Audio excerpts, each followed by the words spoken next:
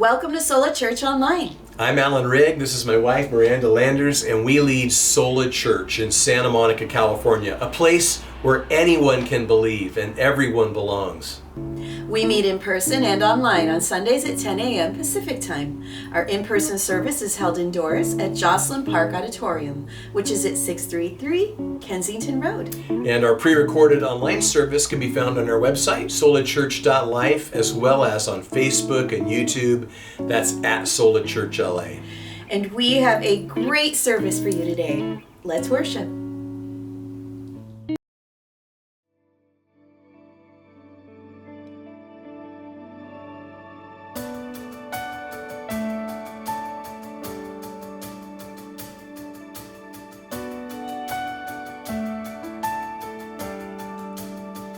You're the God of this city. You're the King of these people. You're the Lord of this nation. You are. You're the light in the darkness. You're the hope to the hopeless. You're the peace to the restless. You are. And there is no one like our God. There is no one like our God. The great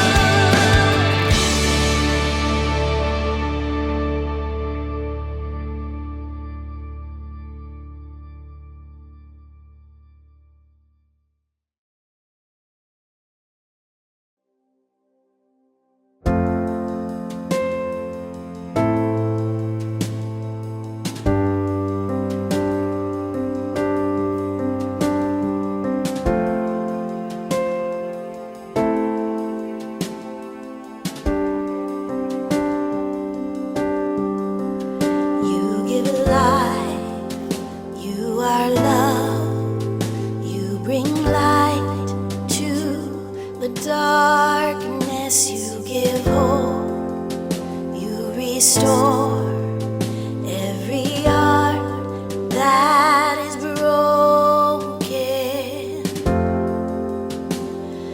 Great are you, Lord. It's your breath in our lungs, so we pour out our praise, pour out our praise. It's your breath in our lungs, so we pour out our praise to you only. Great are you, Lord.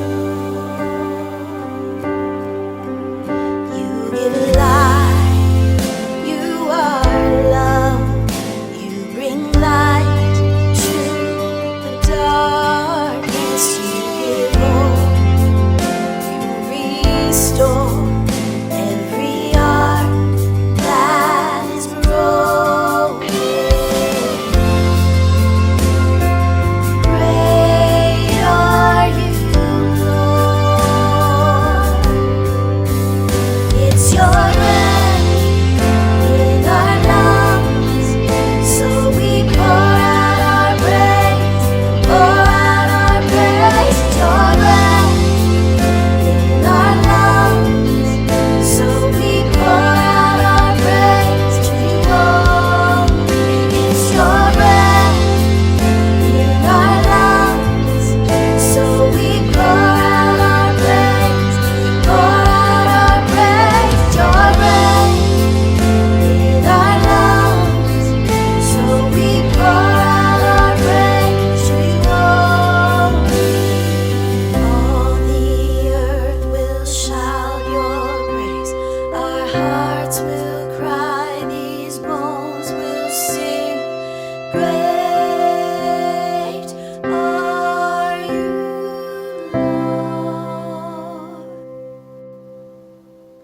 And all the earth will shout your praise, our hearts will cry, these bones will sing. Great are you, Lord. And all the earth will shout your praise, our hearts will cry, these bones will sing. Great are you, Lord. And all the earth will shout your praise, our hearts will cry, these bones will sing. Great are you, Lord. It's your breath in our lungs, so we pour out our praise, pour out our praise. Your breath in our lungs, so we pour out our praise to you only. It's your breath in our lungs, so we pour out our praise, pour out our praise. Your breath in our lungs, so we pour out our praise to you only. Great are you, Lord. You are. Great are you, Lord.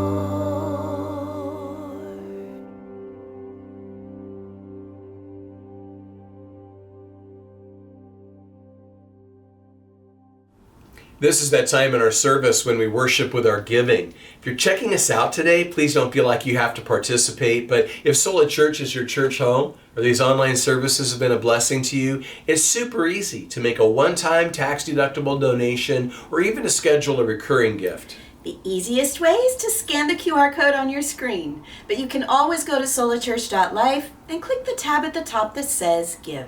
Yeah, we have a saying around here where God guides, God provides. We believe that He has guided us to plant this church, that He is guiding us as we nurture it, and we just continue to celebrate His provision and to thank each and every one of you who are a part of that. We couldn't do it without you, so thank you for being a part of our team. Let's get into our time of teaching.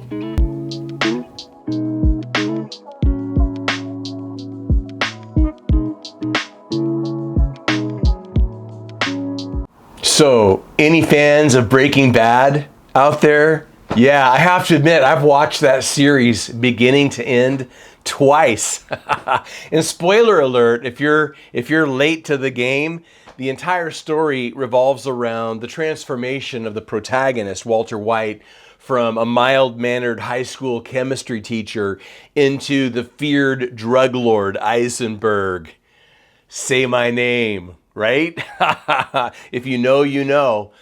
And so this character, the trajectory of the storyline, of the plot, of the narrative, he's like super gifted, but gradual moral compromise leads to his downfall and unspeakable collateral damage. And then, the question is, at the end, will there be some sort of final act of redemption? He's an anti-hero, no doubt.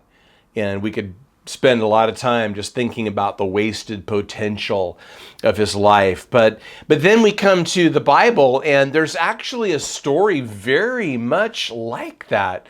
Lots and lots of similarities. I'm talking, of course, about Samson. Let's go ahead and open the Bible to Judges chapter 13. Now, we're near the end of a series called Future Proof, but we're just going to press pause on that. Before we return to finish 1 Thessalonians, we're going to look this week and for the next 2 weeks at the life of Samson. The reason we're doing that is because at our in-person services, we're going to be doing church in the park. We're going to be meeting outside because our meeting place is being used as a polling place. We meet in a city facility, and so it's going to be closed to us for 3 consecutive Sundays. And so we wanted to do something outside that, would for people in the park that overhear the services, they'll get the whole thing. So anyway, that's just a little bit of explanation for those of you that are watching Sola Church online. So this little mini series, we're going to call it Breaking Bad. And I want you to see first that this figure known as the angel of the Lord appears to Samson's mom. Check it out. Judges 13, beginning in verse 1, it says, "Again, the children of Israel did evil in the sight of the Lord, and the Lord delivered them into the hand of the Philistines for 40 years. Now, just to put this on a timeline, we're talking about the late Bronze, early Iron ages. This particular story probably takes place around the 12th century BC. And so as we think about that, we're introduced to this situation where we're told that the children of Israel, that is, the Jewish people, did evil in the sight of the Lord. The nation did evil in the sight of the Lord. Everyone corporately together, evil in the sight of the Lord. And that's like a recurring theme in the book of Judges. It's a cycle where the people sinned and suffered, and then they cried out and they were delivered. And so in verse 1, when it says, again, the children of Israel did evil in the sight of the Lord. This is the 6th or last cycle. If we're just looking at the major cycles, some count a 7th cycle involving some lesser figures in the book, but 6 major cycles. Now, the interesting thing about that word again to me is this idea that, we say that experience is the best teacher, and it certainly can be. I know I've learned a lot by experience. I bet you have too. But you know something? Not everything is meant to be learned by experience, right? I mean, we have the opportunity throughout our life to learn from the experience of other people. For example, we can learn from our parents' experience, from the wisdom that they share with us. When parents tell their children not to stick metal objects into outlets, they have the opportunity to learn from their parents' experience and wisdom. But many of us, me included, jammed something in there anyway and, got a jolt. We can learn from our peers' experience. Sometimes seeing somebody else make a misstep is all we need to realize that that's not something that we want to do. But we can, of course, also learn from personal experience, and we should.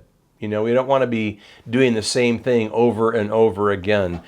Up until now in the book of Judges, had we been reading the book together up until now, we would have seen Israel dealing with the sand people. But now in this story, they're dealing with the sea people. What do I mean? Well, the Philistines had come from the Aegean, the area around the Aegean Sea.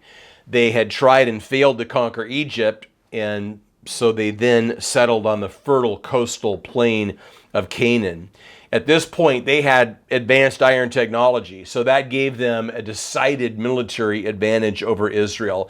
And you notice that, they oppressed Israel for 40 years. It was the longest of the oppressions recorded for us in the book of Judges. But there's something different here, and it's not so much what the text says as what the text doesn't say. This time, unlike the preceding cycles, it doesn't say that they cried out, or that they were ever fully or finally delivered. It's almost like they'd come to accept their situation as the status quo. And, having been through it nationally so many times before, this time they just seemed content to live with things as they were. And it just makes me think about how we come to accept the status quo in our lives. Something that was unacceptable to us before suddenly becomes acceptable. We're just content to let it be, or we're complacent, unwilling to do anything about it.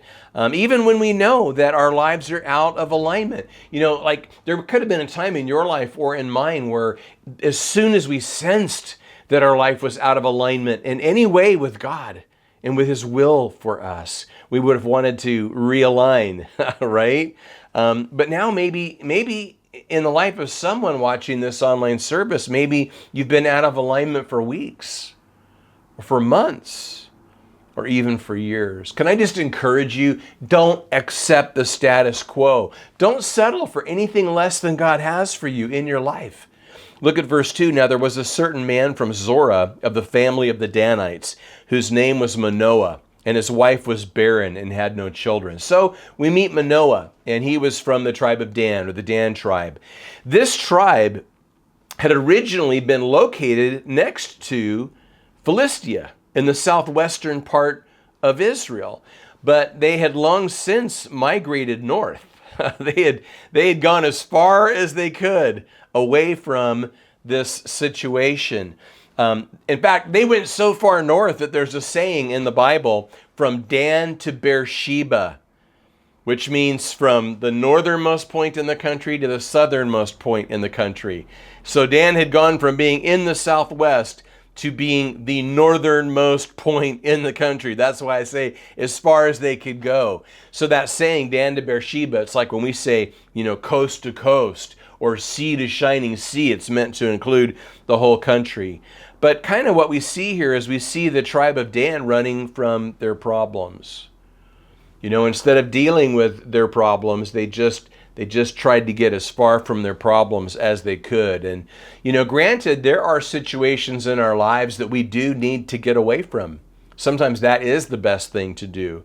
But there are lots and lots of other times where it's the worst thing to do, where what the situation calls for is for us to stay and fight for what we believe in. It's so tempting, though, to run from our problems. So again, times we should flee but don't, but then so many more times that we shouldn't flee but do. What about you? What about your life? Is there some part of your life where instead of dealing with something that needed to be dealt with, you've run away?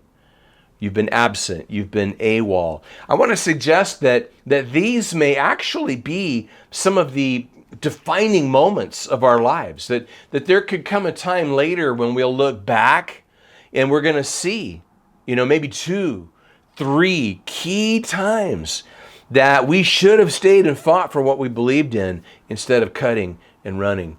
And so maybe, at least for one person watching this online service, maybe my encouragement to you could be to stay the course.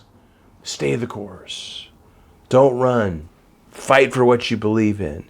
About Manoah, Zorah was actually near Philistia. So whereas the tribe of Dan had run from their problems and had gone as far north as they could, there were a small number of Danites who had actually stayed there. And Zorah was one of those.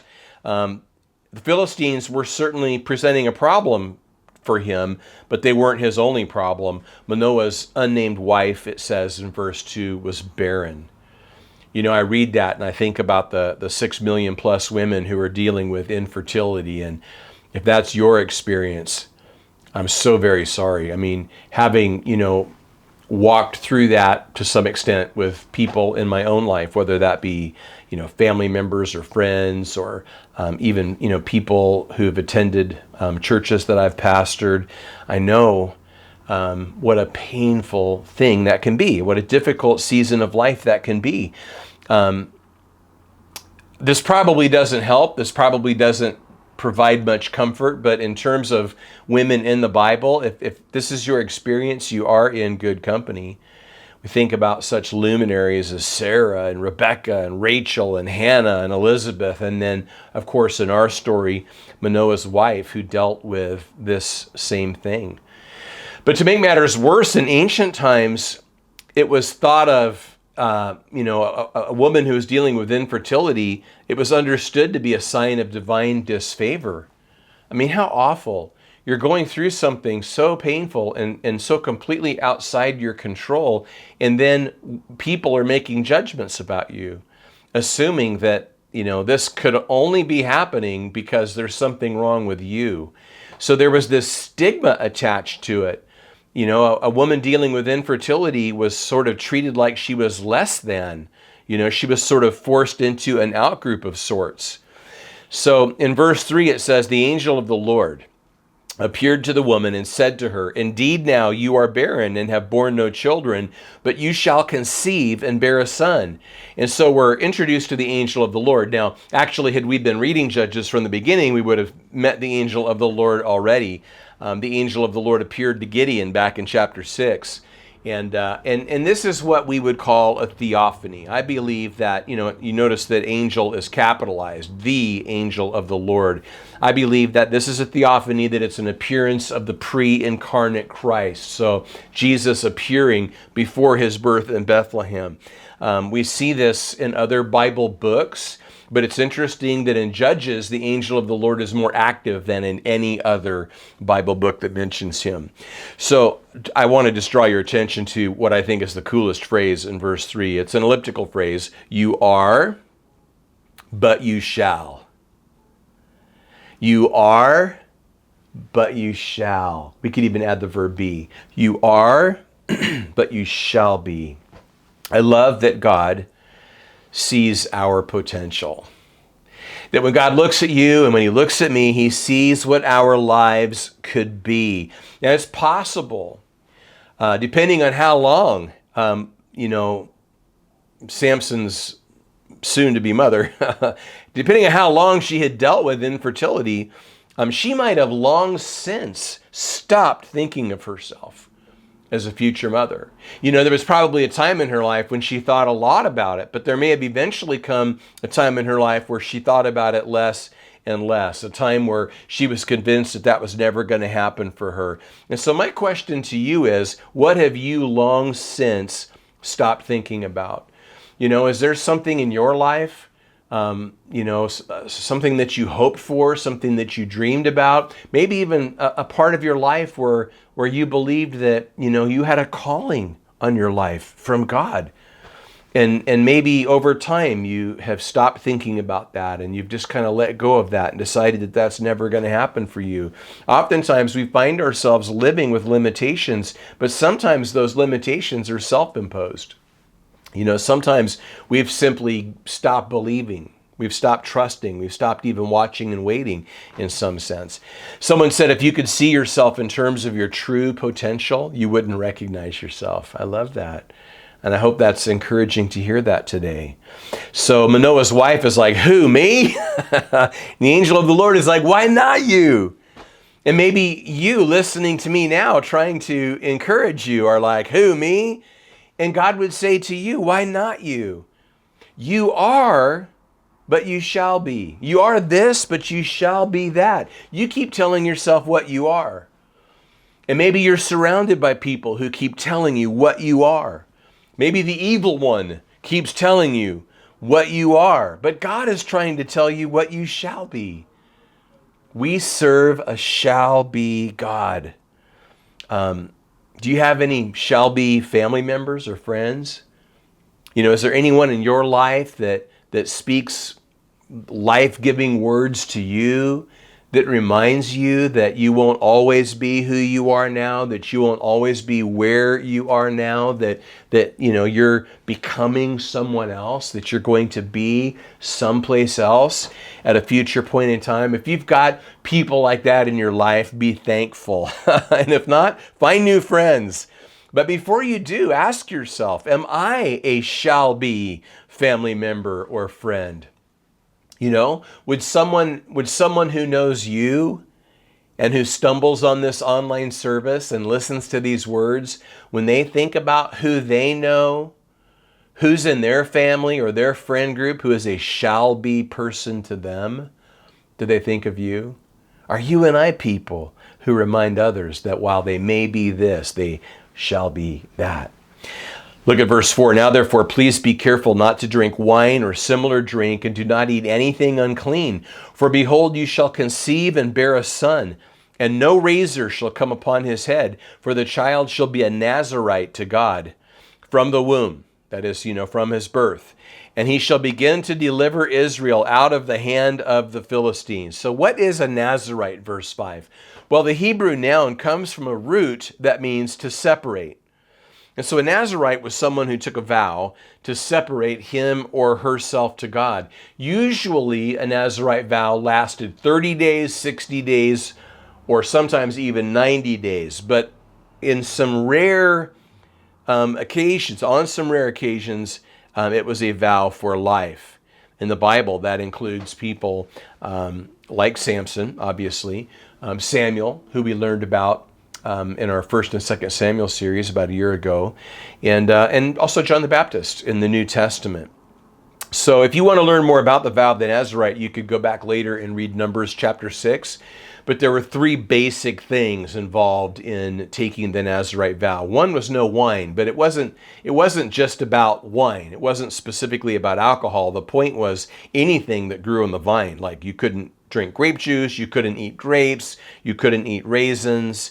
So number one, we'll as a banner, as an umbrella term, we'll say no wine. Number 2, no haircuts. Again, for the length of the vow, which wasn't normally for life. It was for, a month, 2 or 3 months. And then 3rd, no dead bodies. That is to say, not to have contact with a dead body, which would render a Jewish person ceremonially unclean. At the time of the judges, that would mean that they couldn't go and participate in tabernacle worship until they'd, been through like a ritual cleansing. So you could put it this way if you were just going to summarize: sobriety, humility, and purity. Sobriety for the length of the vow, just giving up some of the normal pleasures of life to focus on spiritual things. Humility, not being overly focused on oneself, even with one's appearance, but again, on spiritual things. And purity, avoiding anything that would in any way hinder a person's ability to connect with God and to, devote themselves to spiritual things. Now, Samson couldn't yet observe these things, but his mother could. And so notice in verse 4, it says, please be careful. It's just a reminder to me that when it comes to our relationship with God, there's 2 ways we can approach that. One is where we are careful, and the other is where we are careless. We want to be those people who are careful. It's been suggested before that, even in decision-making in our lives, we should think in terms of our future hopes and dreams. Like, in light of your future hopes and dreams, does this decision make sense? Does this behavior make sense? Does this habit make sense? Before we pursue this or that path, in our lives to think about, okay, in terms of my future hopes and dreams, is this on the path to where I am going? Or is this really kind of off-roading? Is this really kind of a detour of sorts? And so we've seen the angel of the Lord appear to Samson's mom, and now we want to look as the angel of the Lord appears to Samson's dad, beginning in verse 6. It says, so the woman came and told her husband, saying, a man of God came to me, and his countenance was like the countenance of the angel of God. Very awesome. But I did not ask where he was from, and he did not tell me his name. And he said to me, behold, you shall conceive and bear a son. Now drink no wine or similar drink, nor eat anything unclean, for the child shall be a Nazarite to God from the womb to the day of his death.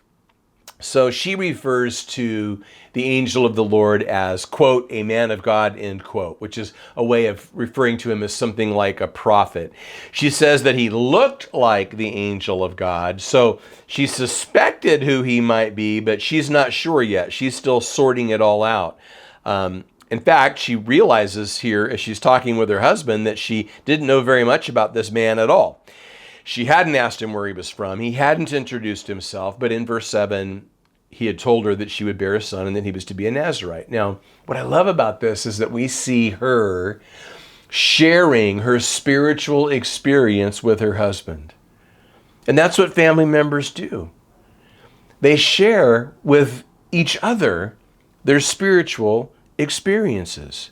That's so beautiful. You know, I think that's one of the most precious things that happens within the context of a family. Our family members sharing these things with each other. I've talked about this before. You know, a lot of times you'll hear conversation around what people call family devotions, you know, like the family actually reading the Bible together or actually praying together. And all of that's really good. But you know what I think is the best thing of all is when you're just having ongoing spiritual conversations. To me, that's the idea in Deuteronomy 6, verses 6 and 7, where it talks about, you know, teaching our children, talking about spiritual things when we sit, when we walk, when we lie down, when we rise up. In other words, all the time. We should be having spiritual conversations, sharing with each other our thoughts, our observations, our experiences with the Lord, and encouraging and building each other up. In verse 8 it says, then Manoah prayed to the Lord and said, O my Lord, please let the man of God whom you sent come to us again and teach us what we shall do for the child who will be born. And God listened to the voice of Manoah. And the angel of God came to the woman again as she was sitting in the field. But Manoah, her husband, was not with her. Then the woman ran in haste and told her husband and said to him, look, the man who came to me the other day has just now appeared to me. Now I love it that it says Manoah prayed and God listened in verses 8 and 9. That's what God does. You pray, God listens. I pray, God listens. We pray, God listens. I'm not sure what she was doing sitting in the field. But it sounds like as soon as the angel of the Lord appeared to her, she just took off running. Like if anything was said between them, it's not recorded for us. It's possible that she saw him and she just stood and sprinted. Which, how odd, right? Like, what did the angel of the Lord do while he was waiting? Checking his Instagram, you know, is she coming back? Verse 11, so Manoah arose and followed his wife. When he came to the man, he said to him, are you the man who spoke to this woman? And he said, I am. Manoah said, now let your words come to pass. What will be the boy's rule of life in his work? So the angel of the Lord said to Manoah, of all that I said to the woman, let her be careful. She may not eat anything that comes from the vine, nor may she drink wine or similar drink, nor eat anything unclean. All that I commanded her, let her observe. And so, you know, Manoah asks this two-part question in verse 12 and receives kind of a non-answer in verses 13 and 14. But do note these phrases. In verse 13, the phrase, let her be careful. And in verse 14, let her observe. And this is just a reminder to me that just like we talked about a few minutes ago, you know, how we need to think about, okay, in light of my future hopes and dreams, What should I do? What makes sense? What doesn't make sense? Well, we need to ask that same question with regard to others. We need to think in terms of, in light of the future hopes and dreams of others, in light of his future hopes and dreams, in light of her future hopes and dreams. Does it make sense for me to do this? Or does it make sense for me to do that? And especially this is true for parents and their children, when we think about Manoah and his wife and how they're going to have this son, to think about how we need to be thinking in terms of how can we encourage our kids and not discourage them. And the last thing we want to do is in any way oppose what God is doing in them or with them or for them or through them. We don't want to put things in their way or draw them into things that would detour them from God's plan for their life. Well, we've seen the angel of the Lord appear to Samson's mom. We've seen the angel of the Lord appear to Samson's dad. And then in this final movement, the angel of the Lord disappears and Samson is born. So look at verse 15. Then Manoah said to the angel of the Lord, "Please let us detain you, and we will prepare a young goat for you."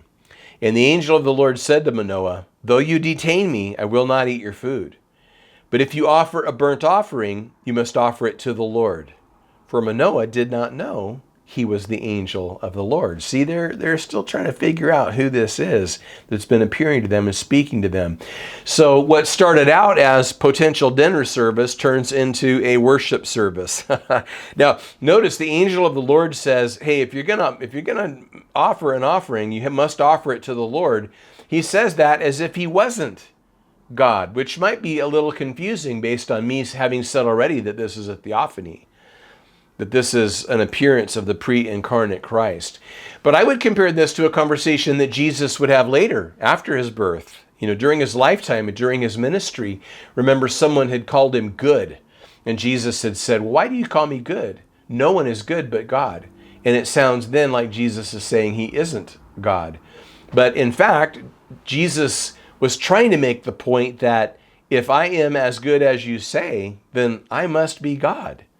He was trying to lead the person to that conclusion. And I think that's exactly what he's doing here. He's trying to lead them to that conclusion. If you're going to offer that, you need to offer it to the Lord. Who are you looking at? So verse 17, then Manoah said to the angel of the Lord, "What is your name? That when your words come to pass, we may honor you." And the angel of the Lord said to him, "Why do you ask my name, seeing it is wonderful?" Now, in the faith traditions of the cultures surrounding them, knowing a person's name was thought to give them some kind of control over that person. But to the Hebrews, a person's name indicated one's character. And so that's more what Manoah has in mind when he asks, but he receives this cryptic reply, right? Like, "Why do you ask my name, seeing it is wonderful?" But that's interesting, and once again, it reminds us of something. In Isaiah 9, verse 6, we have a verse that we often talk about during the Christmas season because it's a prophecy about the Savior of the world. It says, "Therefore unto us a child is born, unto us a son is given, and the government will be upon his shoulder, and his name will be called" what? Wonderful. And then it goes on, "Counselor, Mighty God, Everlasting Father, Prince of Peace." So it's interesting in verse 18, "Why do you ask my name, seeing it is wonderful?" Again, we think of that messianic passage. So verse 19, "So Manoah took the young goat with the grain offering and offered it upon the rock to the Lord. And he did a wondrous thing while Manoah and his wife looked on. It happened as the flame went up toward heaven from the altar, the angel of the Lord ascended in the flame of the altar. And when Manoah and his wife saw this, they fell on their faces to the ground. When the angel of the Lord appeared no more to Manoah and his wife, then Manoah knew that he was the angel of the Lord."